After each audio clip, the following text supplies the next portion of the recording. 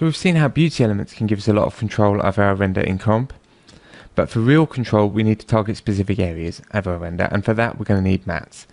Now V-Ray has lots of different types of mattes and they all have their own roles and they're all quite powerful.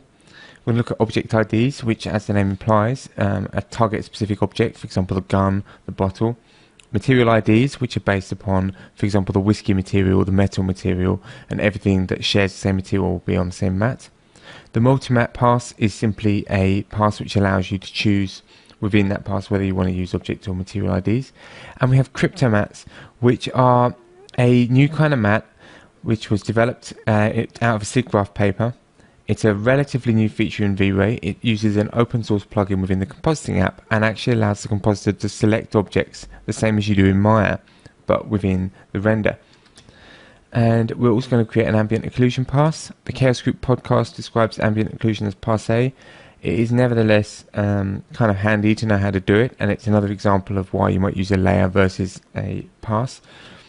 And finally we're going to look at controlling motion blur and depth of field using the depth and motion passes. So let's get cracking. Here we are back in our demo scene. Now I'm not looking at the depth of field at the moment, but I just wanted to examine how we're using mattes in this. So for reasons which I explained in a previous module, I'm actually using the mattes in a separate render, a separate layer.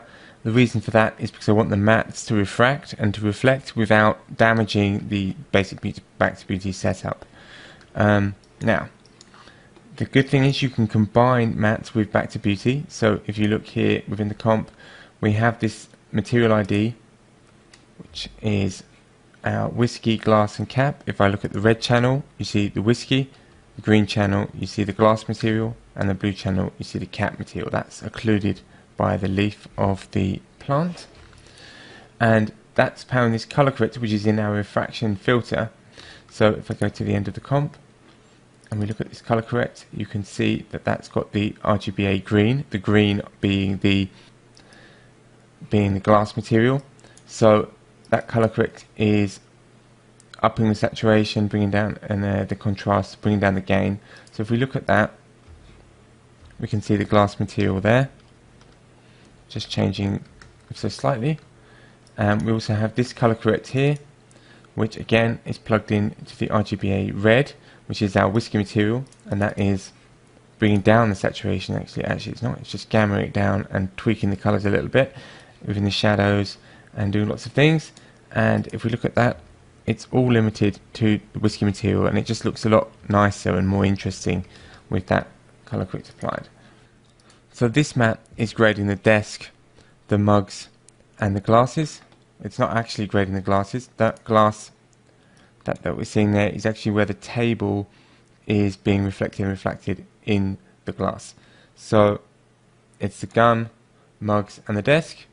So what I've done in V-Ray is actually named these as in order. So RGB, so red, green, blue, gun, mugs, desk. And that kind of naming convention is very handy for making sure that your compositors can follow what they need to use, what they want. Now you can combine these mattes in different ways. For example, if I just want to include where the desk is reflected within the glasses, you could create a channel merge node. So what I want is to create an alpha based on the green from this one, from the A pass, the green being our glass material, and then the B to be the blue, which is the desk. And now if I create a grade node right at the bottom, and this is probably not going to be particularly beautiful, but I just want to show you what we can do. So I can now grade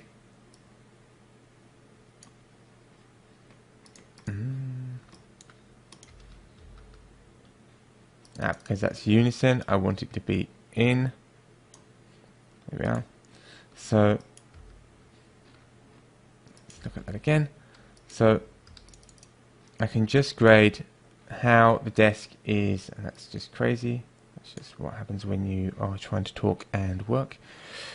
So you can see that I'm just dealing with how my desk, my glass material is reflected and refracted. So not the desk itself everywhere, but just the reflections of the desk, and that's quite a nice way of adding a bit of interest to this.